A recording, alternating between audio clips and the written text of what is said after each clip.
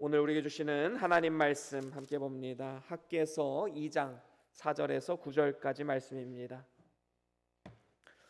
학개서 2장 4절에서 9절까지 말씀, 우리 한 절씩 교독하고 마지막 절은 다 같이 함께 읽습니다. 그러나 여호와가 이르노라. 스룹바벨아, 스스로 굳세게 할지어다. 여호사닥의 아들 대제사장 여호수아야, 스스로 굳세게 할지어다. 여호와의 말이니라. 이 땅 모든 백성아, 스스로 굳세게 하여 일할지어다. 내가 너희와 함께하노라. 만군의 여호와의 말이니라. 너희가 애굽에서 나올 때에 내가 너희와 언약한 말과 나의 영이 계속하여 너희 가운데 머물러 있나니 너희는 두려워하지 말지어다. 만군의 여호와가 이같이 말하노라. 조금 있으면 내가 하늘과 땅과 바다와 육지를 진동시킬 것이요 또한 모든 나라를 진동시킬 것이며 모든 나라의 고개가 이르리니 내가 이 성전의 영광이 충만하게 하리라. 만군의 여호와의 말이니라. 은도 내 것이요 금도 내 것이라. 만군의 여호와의 말이니라. 이 성전의 나중 영광이 이전 영광보다 크리라. 만군의 여호와의 말이니라. 내가 이곳에 평강을 주리라. 만군의 여호와의 말이니라. 아멘. 아멘. 예, 우리 말씀 들고 함께 선포하시겠습니다. 시작. 주의 말씀은 내 발의 등이요 내 길의 빛이 되십니다. 주여 말씀하옵소서. 주의 종이 듣겠나이다. 아멘. 아멘. 예, 오늘은 학개서 2장 4절에서 9절 말씀으로 스스로 굳세게 하라라는 제목으로 말씀을 나눠보길 원합니다. 사자성어 중에 작시성반이라는 말이 있지요. 시작을 하면 절반의 성공이다, 그런 뜻을 가지고 있습니다. 우리나라 속담에도 비슷한 말이 있지요. 시작이 뭐라고요? 반이다. 천리길도 한 걸음부터. 그렇습니다. 뭔가 시작을 하는 것이 어렵지 시작을 했다 하면 끝마치는 것은 그리 어려운 일이 아니다라는 것을 잘 가르쳐주고 있습니다. 이처럼 우리는 시작하는 게 굉장히 중요합니다. 여러분, 시작이 무서워서, 시작하는 것이 두려워서 하지 못한 일들이 얼마나 많이 있습니까? 그렇다면 무언가를 시작할 때 우리에게 가장 필요한 게 무엇일까요? 그것은 여러 가지가 있겠지만 그 중에 하나가 용기가 아닐까 생각이 됩니다. 이것은 우리의 믿음 생활도 마찬가지지요. 우리가 믿음으로 결단하고 앞으로 나아가기 위해서, 또 믿음으로 살기를 시작하기 위해서는 믿음의 용기가 필요합니다. 용기 없이는 믿음 생활을 할 수가 없는 것이지요. 때로는 미래에 대한 불안함으로 인해서 현실에서 믿음의 결정을 하지 못하는 것도 많이 있음을 또한 보게 됩니다. 용기가 없는 것이지요. 그래서 우리가 어떤 일을 시작하고 잘 마치려면 믿음의 용기가 필요한 것입니다. 오늘 본문 말씀에서도 많이 반복되는 이 문구가 있었지요. 두 가지인데, 하나는 스스로 굳세게 할지어다. 이게 4절에만 3번이 반복이 됩니다. 그리고 또 나 여호와의 말이니라. 이 말이 굉장히 많이 반복이 됨을 우리는 확인할 수 있습니다. 그래서 이런 말씀을 통해서 요약하면 무엇입니까? 하나님께서 우리에게 원하시는 것은 스스로 굳세게 하는 것, 바로 용기를 가지고 담대하게 세상 가운데 나아가기를 우리 하나님은 원하고 계신 것입니다. 오늘 말씀의 배경을 조금 살펴보면요, 이스라엘 백성들은 아주 약소 민족이었습니다. 힘이 없었지요.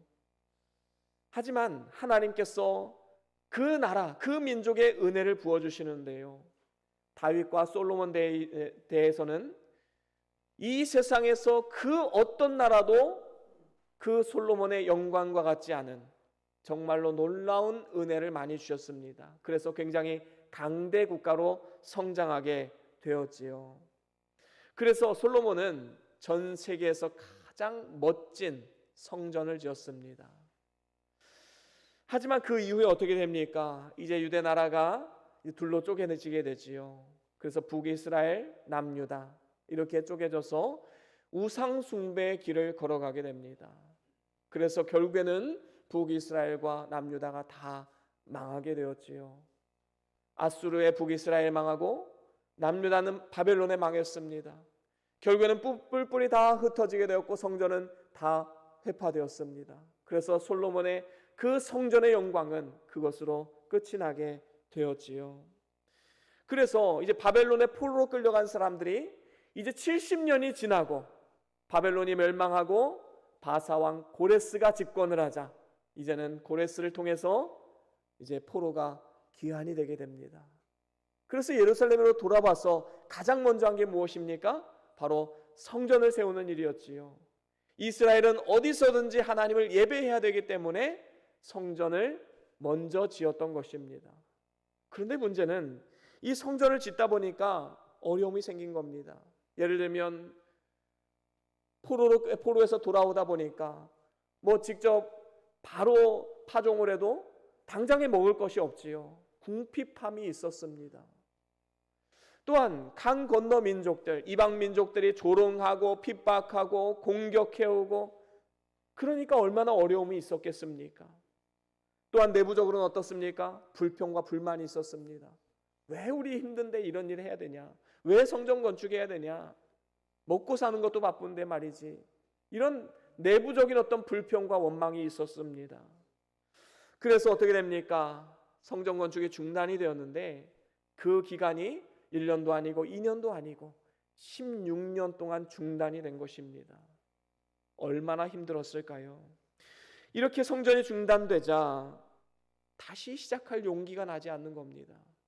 여러분 어떤 일을 할 때요 시작하는 용기가 중요한데 그게 중단되거나 실패됐을 때 다시 시작하는 것은 더 큰 용기와 결단이 필요한 것이지요. 왜 그렇습니까? 한번 실패를 맛본 경험이 있기 때문입니다. 지금 이스라엘 백성들이 이런 상황에 놓여져 있는 겁니다. 16년 동안 성전 건축이 중단되었는데 사람들은 거의 포기 상태에 이르고 어깨가 축 처져 있어서 다시 시작할 엄두를 못 내고 있었습니다. 미래에 대한 불안함이 있었습니다. 정말 하나님이 우리와 함께 하시는가? 불안과 두려움과 걱정과 근심이 있었던 것입니다. 그래서 오늘 본문 말씀에 하나님께서는 학개 선지자를 세우십니다. 그리고 정치적인 지도자 스룹바벨과 영적인 지도자 여호수아와 또 모든 백성들에게 스스로 굳세게 하라라고 선포하고 있음을 오늘 본문 4절에 우리는 볼 수 있습니다. 이 말씀을 듣고 이스라엘 백성들과 스룹바벨과 여호수아는 성전을 다시 지을 힘과 능력을 얻게 되었지요. 오늘날 우리의 삶 가운데도 얼마나 걱정과 근심과 염려가 많이 있습니까? 이제 수능이 얼마 남지 않았는데 우리 아이 수능 시험 잘 볼 수 있을까? 이제 새로 시작하는 사업이 정말로 번창할 수 있을까? 참 두려움도 있지요. 혹시 나에게 질병이 찾아와서 어려움 당하는 일은 없을까? 걱정도 됩니다. 혹시 내 가족이 갑자기 뜻하지 않은 사고를 당하진 않을까? 우리는 항상 걱정이 앞서지요. 이러한 걱정과 불안 속에 살아가는 우리들에게 우리 하나님 여호와께서 이렇게 말씀하십니다. 스스로 굳세게 할지어다. 그렇습니다. 우리는 어떠한 상황 속에서도 그것을 두려워하지 말고 믿음으로 돌파할 수 있는 용기와 믿음을 가지고 나아가야 합니다. 때로는 실패했다 할지라도 다시 굳센 믿음으로 나아와서 담대하게 나아가야 되는 것이지요. 우린 때로 넘어질 수 있습니다. 실패할 수 있습니다. 하지만 그것으로 끝이 아닙니다. 우리는 하나님의 도우시는 능력으로 마음을 굳세게 하고 다시 힘있게 일어나야 될 줄로 믿습니다. 그렇다면 우리가 스스로 굳세게 할 이유가 무엇입니까? 오늘 본문 말씀에 세 가지로 요약해서 함께 말씀을 나눠보기를 원합니다. 우리가 스스로 굳세게 할 이유 첫 번째는 하나님이 우리와 함께 하시기 때문입니다. 하나님이 함께 하시기 때문에 우리는 스스로 굳센 믿음으로 나아갈 수 있는 것이지요. 우리는 만군의 여호와 하나님께서 함께 하시기 때문에 두려워할 필요가 없습니다. 5절에 보면 이렇게 말씀하지요. 오늘 본문 5절 말씀 우리 같이 읽어볼까요? 시작. 너희가 애굽에서 나올 때에 내가 너희와 언약한 말과 나의 영이 계속하여 너희 가운데 머물러 있나니 너희는 두려워하지 말지어다.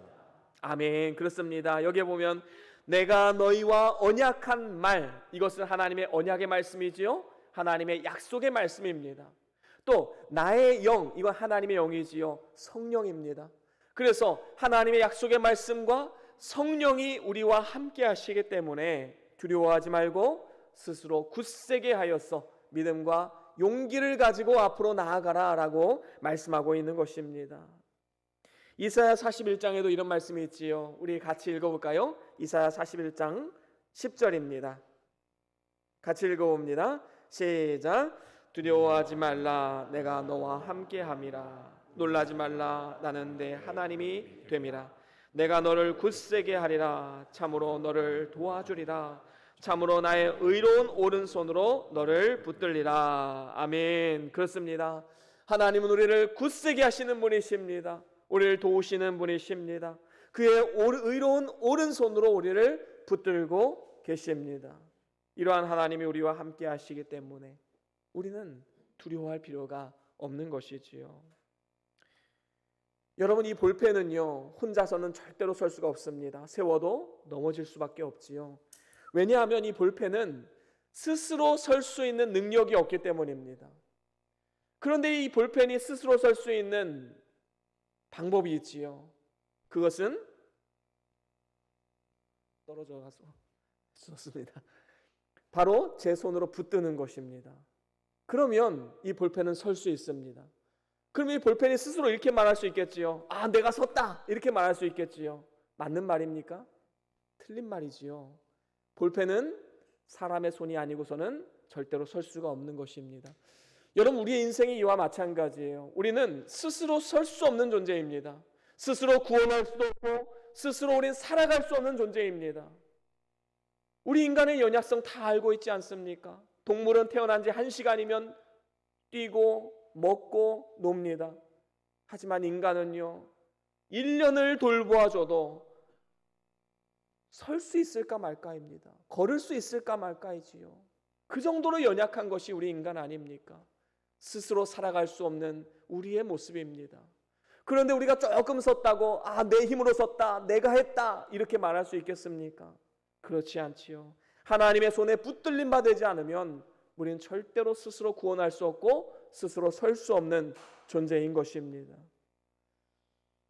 우리가 하나님의 의로운 오른손에 붙들릴 때 하나님이 하시는 놀라운 일들, 우리가 상상할 수 없었던 그 일들을 행하시는 하나님의 능력을 경험할 수 있게 되는 것입니다. 특별히 성도가 큰 환난을 당할 때 하나님은 특별히 함께하고 계시지요. 환난 당하는 자리에 함께하십니다. 하나님은 우리의 모든 환난 가운데 우리를 위로하시는 분이시다라고 고린도서 1장에 말씀하고 있지요. 그렇습니다.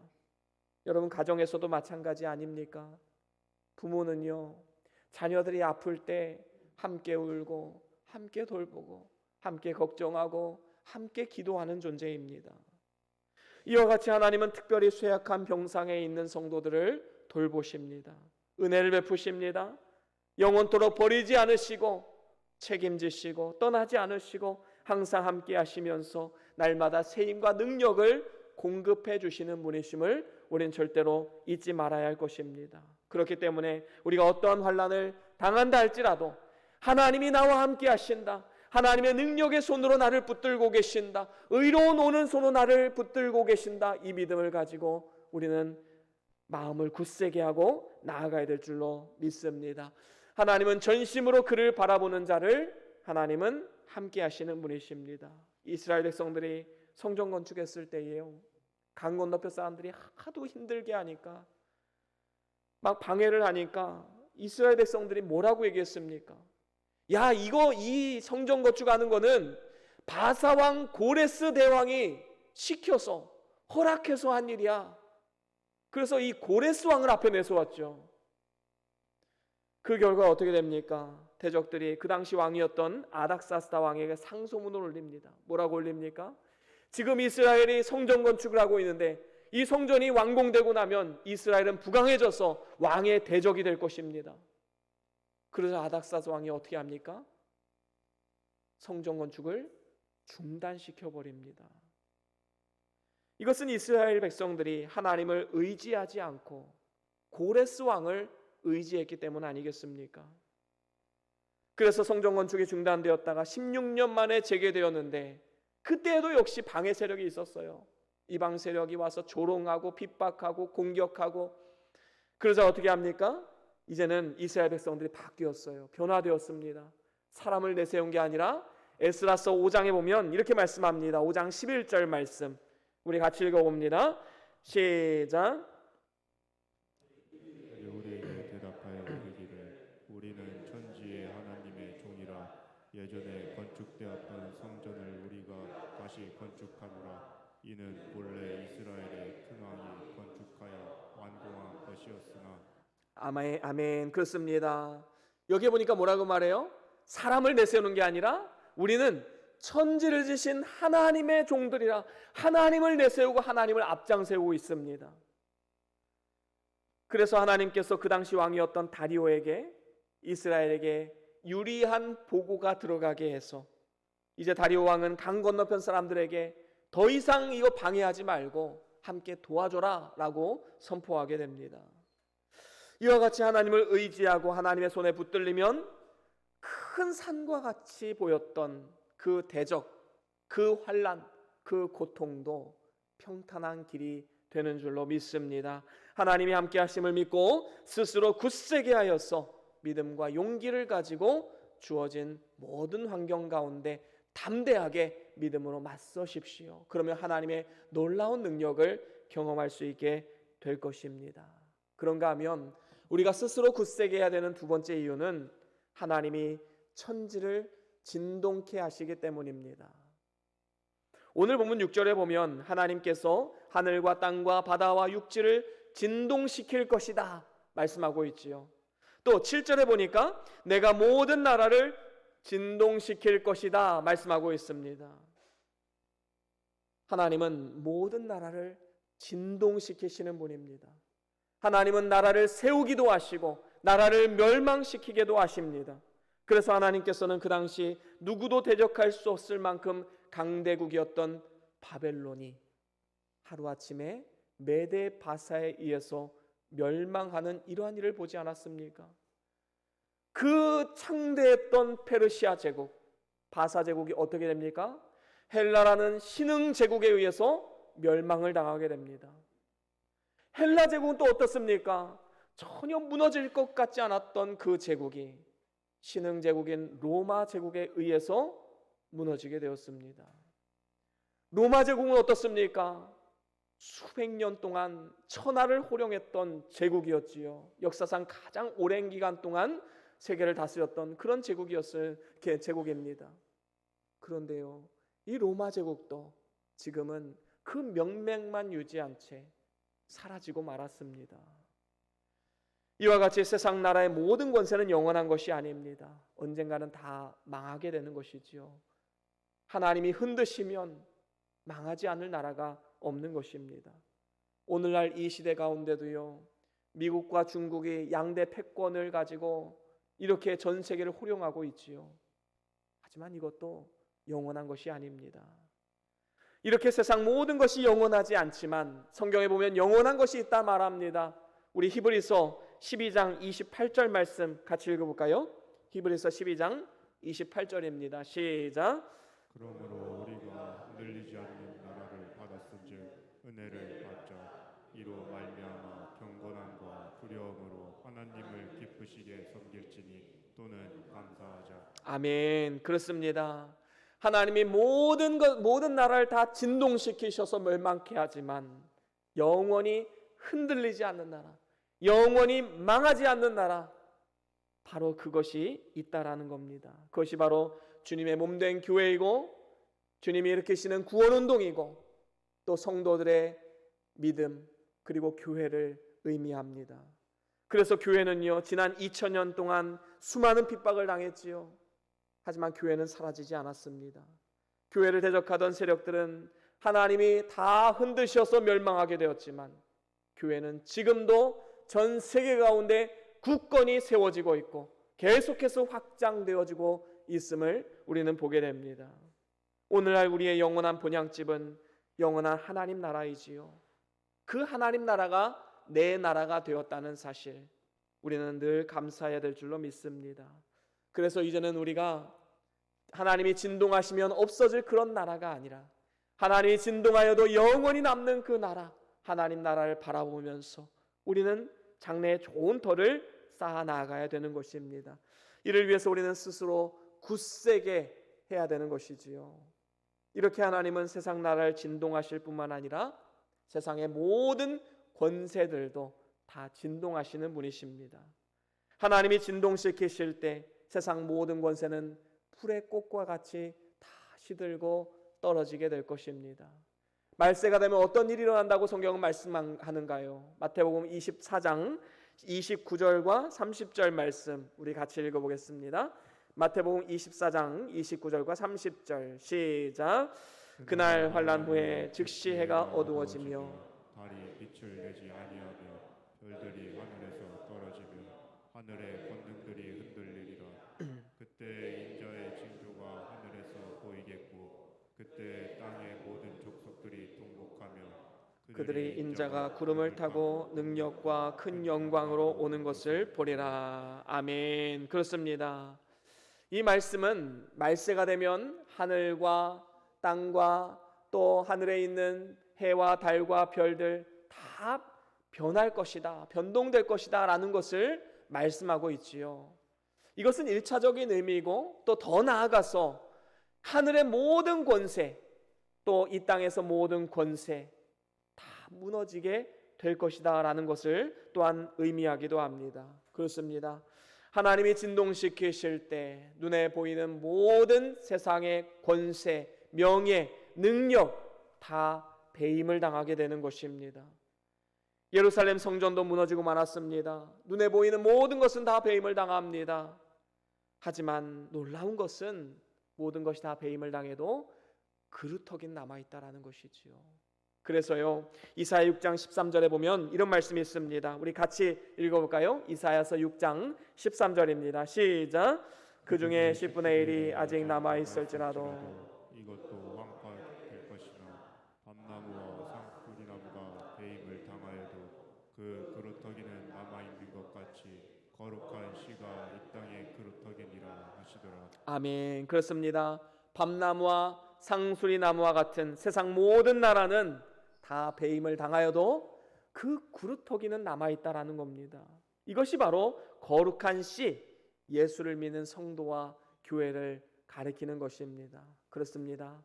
세상 모든 것이 다 불타 없어지고 세상 모든 것이 다 배임을 당해도 그루터기는 반드시 남아 있습니다. 그리고 그 그루터기를 통해서 하나님의 역사를 이루어 가시는 것이지요. 그래서 2000년의 시간 동안 교회와 성도는 엄청난 핍박과 박해를 받았지만 지금 교회는 강건하게 세워져 있고 계속해서 흥왕하고 있는 것입니다. 우리나라 역사도 보면 일제시대 때 신사참배를 강요받았지요. 너무 핍박이 심하다 보니까 이제는 목사님들도 교회들도 다 신사참배에 동참을 하게 되었습니다. 그런데 이러한 핍박 속에서도 끝까지 신사참배를 하지 않고 감옥에 갇히고 순교를 당했던 많은 목회자들과 교단이 있었지요. 그게 고신교단 아닙니까? 우리 교회도 이 고신교단의 뿌리를 두고 있는 교단입니다. 참 자랑스러운 것이지요. 여러분, 이처럼 엄청난 박해와 핍박이 온다 할지라도 끝까지 남는 그루터기는 하나님은 언제나 남겨놓으십니다. 그리고 이를 통해서 놀라운 역사를 이루어 가시는 것이지요. 그렇기 때문에 우리는 두려워하지 말고 담대히 나아가야 합니다. 세상 가운데 교회가 점점 쇠퇴해지는 것 같고 직장 생활하는데 한 10년, 20년 전에 직장 생활할 때는 그래도 신우회도 있었고 또 믿는 동역자들이 몇 명이라도 있었는데 이제는 눈을 씻고 찾아봐도 신입들을 보면 믿는 사람이 들어오지는 않는 겁니다. 세상이 이렇게 바뀌었구나. 점점 힘을 잃어가는 것처럼 느낄지라도 하나님은 언제나 그루터기를 남겨두십니다. 그 그루터기가 바로 저와 여러분들이지요. 우리 교회입니다. 한국 교회입니다. 그렇습니다. 사단이 아무리 힘을 쓴다 할지라도 하나님이 허용하시는 범위 안에서만 힘을 쓸 수 있는 것입니다. 중생한 영혼은 악한 자가 만지지도 못한다 말씀했습니다. 우리는 이 말씀을 신뢰하고 붙잡고 우리는 스스로 굳세게 나아가야 될 줄로 믿습니다. 이 세상의 모든 재물과 권세와 영광은 다 얼마가지 못합니다. 오직 중생한 영혼, 그것만이 영원히 남는 것이지요. 그래서 우리가 하나님 말씀대로 믿는 일을 한 것만 남기 때문에 우리는 굳센 믿음을 가지고 장래의 좋은 터를 하루하루 쌓아가야 될 줄로 믿습니다. 그런가 하면 마지막으로 세 번째, 우리가 믿음을 굳세게 해야 하는 이유, 이것은 모든 나라의 보배가 오시기 때문입니다. 7절 하반절에 보니까 모든 나라의 보배가 이르리니 내가 이 성전의 영광이 충만하게 하리라 라고 말씀하고 있습니다. 여러분, 여기서 모든 나라의 보배는 무엇을 가리키는 것일까요? 바로 예수 그리스도이십니다. 그래서 1차적으로는 오늘 본문 말씀에 모든 나라의 보배가 오실 것이다 라는 것은 예수님의 초림, 예수님이 장차 이 땅에 오셔서 우리의 모든 죄를 구원하시고 대속하시고 구원하실 것이다 라는 사실을 가르쳐주고 있지요. 그리고 이제 예수님의 초림 이후에 살아가는 모든 신약 백성들에게는 이제 예수님이 다시 오실 것을 말씀하는 것입니다. 예수님의 재림을 말하고 있는 것이지요. 그렇습니다.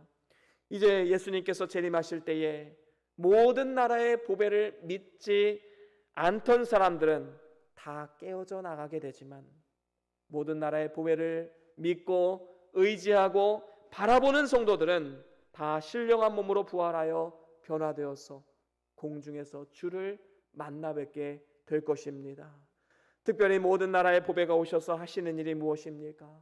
영광으로 성전에 충만하게 하십니다. 솔로몬이 성전을 완공했을 때 제사장이 그 구름 가운데 임재하신 그 하나님의 임재, 영광, 이것 때문에 자기의 사역을 감당하지 못할 정도로 하나님의 영광은 솔로몬의 성전에 충만하게 임했었습니다. 그만큼 하나님의 영광이 가득했던 것이지요. 하지만 이후에 솔로몬으로 비롯해서 모든 백성들이 우상 숭배 죄에 빠지자 하나님의 영광이 떠나가 버렸습니다. 나라는 망했습니다. 백성들은 뿔뿔이 흩어졌습니다. 이후에 바벨론의 포로로 끌려갔던 이스라엘 백성들이 다시 고국으로 돌아와서 스룹바벨을 중심으로 새롭게 건축한 성전은 이전에 솔로몬 왕이 세웠던 성전에 비하면 너무나도 초라하고 보잘것은 없었습니다. 그래서 이 솔로몬 성전을 보았던 세대 노인들은 스룹바벨 성전을 보고 나서 대성통곡했다 성경은 말합니다. 왜 그렇지요? 이전에 그 솔로몬 성전에 비해서 너무나도 초라하게 지금 지어놨기 때문입니다. 포로 귀환에서 뭐가 있겠습니까? 벽돌이 있겠습니까? 금이 있겠습니까? 은이 있겠습니까? 너무 초라하게 지어놓으니까 눈물을 흘리지 않을 수가 없는 것이지요. 그들이 이렇게 대성통곡했던 것은 진짜 중요한 것이 무엇인지 몰랐기 때문인 것이지요. 여러분, 오늘 본문 말씀은 뭐라고 말씀합니까? 성전에 그 영광이 충만해질 것이다. 여러분, 아무리 큰 집이라고 해도요, 그 안에 돼지들이 모여 살면 어떻게 됩니까? 돼지 우리가 됩니다. 하지만 아주 작은 집이라 할지라도 그 집에 사람들이 모여서 살면 그 집은 집이 되는 것이지요. 그렇습니다. 그 안에 무엇으로 채워져 있느냐, 이게 중요한 것입니다. 예수 그리스도를 믿는 우리들도 그 안에 성령님이 계시기 때문에 하나님의 성전이다 라고 말하지요. 우리의 몸은 하나님이 거하시는 성전입니다. 불신자들은 세상에서 부귀와 영화와 권세를 누리면서 떵떵거리며 살아가고 있지만 성도들은 어떻습니까? 때로는 고난을 당하고 때로는 여러 가지 힘들고 어려운 일을 당하고, 그래서 세상 사람들과 비교해서 나는 왜 이렇게 고난을 당해야 되는가, 때로는 대성통곡하며 눈물 흘릴 수 있을 것입니다. 하지만 그 눈물의 의미는 진짜 중요한 것이 무엇인지 모르기 때문에 나오는 눈물이지요. 세상 사람들 보기에는 우리가 작고 미미해 보일지 모르겠지만 성도의 나중 영광이 더 큰 이유가 무엇입니까? 우리 속에는 하나님의 약속이 있고 성령님이 함께 하시고 성령의 능력이 우리 가운데 있기 때문입니다. 주님의 재림하실 때에 영광과 상급과 또 승리를 맛볼 수 있게 되기 때문에 우리는 지금 영광보다 나중 영광이 더 나은 것이지요. 특별히 오늘 본문 말씀에 보면 모든 나라의 보배가 되어 오신 주님께서 성전을 지는 자에게 평강으로 함께 하시겠다 약속하셨습니다. 9절 말씀 우리 한 번 더 같이 읽어볼까요? 오늘 본문 9절입니다. 시작. 이 성전의 나중 영광이 이전 영광보다 크리라. 만군의 여호와의 말이니라. 내가 이곳에 평강을 주리라. 만군의 여호와의 말이니라. 아멘. 그렇습니다. 여러분, 평강은 돈이나 권세로 살 수 있는 것이 아닙니다. 오직 예수를 믿는 성도에게만 찾아오는 게 평강인 것이지요. 그래서 우리 주님께서 뭐라고 말씀하셨습니까? 요한복음 14장 27절 말씀 우리 같이 읽어볼까요? 시작. 평안을 너희에게 끼치노니 곧 나의 평안을 너희에게 주노라. 내가 너희에게 주는 것은 세상이 주는 것 같지 아니하니라. 너희는 마음에 근심하지도 말고 두려워하지도 말라. 아멘. 아멘. 그렇습니다. 여기서 예수님께서 평안을 너에게 끼치노라 할 때 이 끼치논다는 것은 어떤 의미입니까? 예수님의 그 평안을 너희에게 넘겨주겠다라는 것입니다. 그러니까 예수님의 평안이 우리 마음 가운데 찾아오게 되고 그 평안은 세상이 절대로 빼앗을 수 없는 평강인 것입니다. 영원한 평강을 보장받을 수 있는 것이지요. 왜냐하면 우리 주님께서는 평강의 왕이시기 때문입니다. 그 평안은 세상이 주는 것과는 비교할 수 없는 것이지요. 그렇습니다. 모든 나라의 보배가 되신 우리 구주 예수 그리스도께서 가정에 임하면 그 가정이 하나님 영광으로 충만하고 평강이 넘치게 되고 또 교회에 임하면 교회 가운데 평강과 하나님의 영광이 넘칠 수 있게 되는 것입니다. 그리고 하나님께서 반드시 우리를 승리케 하실 줄로 믿습니다. 이제 말씀을 마무리합니다. 이 세상에는 우리를 불안하게 하는 많은 것들이 있습니다. 낙심케 하는 것들이 있지요. 이럴 때 우리에게 필요한 것은 용기입니다. 우리는 스스로 굳세게 할지어다 하는 하나님의 말씀을 의지하여서 담대하게 나아가야 합니다. 그 이유가 무엇입니까? 하나님이 우리와 함께 하시기 때문에. 그리고 두 번째로는 하나님께서 천지를 진동하시기 때문에. 세상이 다 없어진다 할지라도 우리가 믿음으로 살아온 것, 그것은 영원토록 남는 것입니다. 영원한 하나님 나라가 영원히 남습니다. 그렇기 때문에 우리는 스스로 굳세게 해야 되지요. 마지막으로 세 번째로는 모든 나라의 보배가 오시기 때문입니다. 2000년 전에 하나님 우리의 모든 죄를 대속하기 위해서 이 땅 가운데 오셨던 예수님은 이제 다시 오신다 약속하셨습니다. 그 재림을 바라보며 우리는 믿음으로 굳세게 나아가야 될 줄로 믿습니다. 사단 마귀가 아무리 우리를 흔든다 할지라도 스스로 굳세게 하는 성도는 그 어떠한 시험이나 유혹에도 넘어가지 않게 되고 오히려 척박한 그 환경에서도 꽃이 피고 열매를 맺게 됩니다. 저와 여러분들이 스스로 굳센 믿음과 용기로 담대히 나아감을 통해서 우리 마음의 성전 건축을 잘 이루어 나갈 뿐만 아니라 이를 통해서 하나님의 영광을 경험하고 하나님의 도우시는 능력을 경험하고 그래서 재림하시는 예수님 앞에 우리가 서게 될 때 영광스러운 모습으로 주를 맞이하게 되는 우리 모두의 삶이 다 될 수 있기를 주의 이름으로 간절히 축원합니다. 우리 다 같이 오늘 받은 말씀 기억하시면서 우리 함께 기도하기를 원합니다. 어떠한 말씀을 받으셨습니까? 어떠한 은혜를 받으셨습니까? 하나님의 음성입니다. 그 말씀 붙잡고 우리 함께 결단하면서 우리 함께 기도하며 나아갑니다.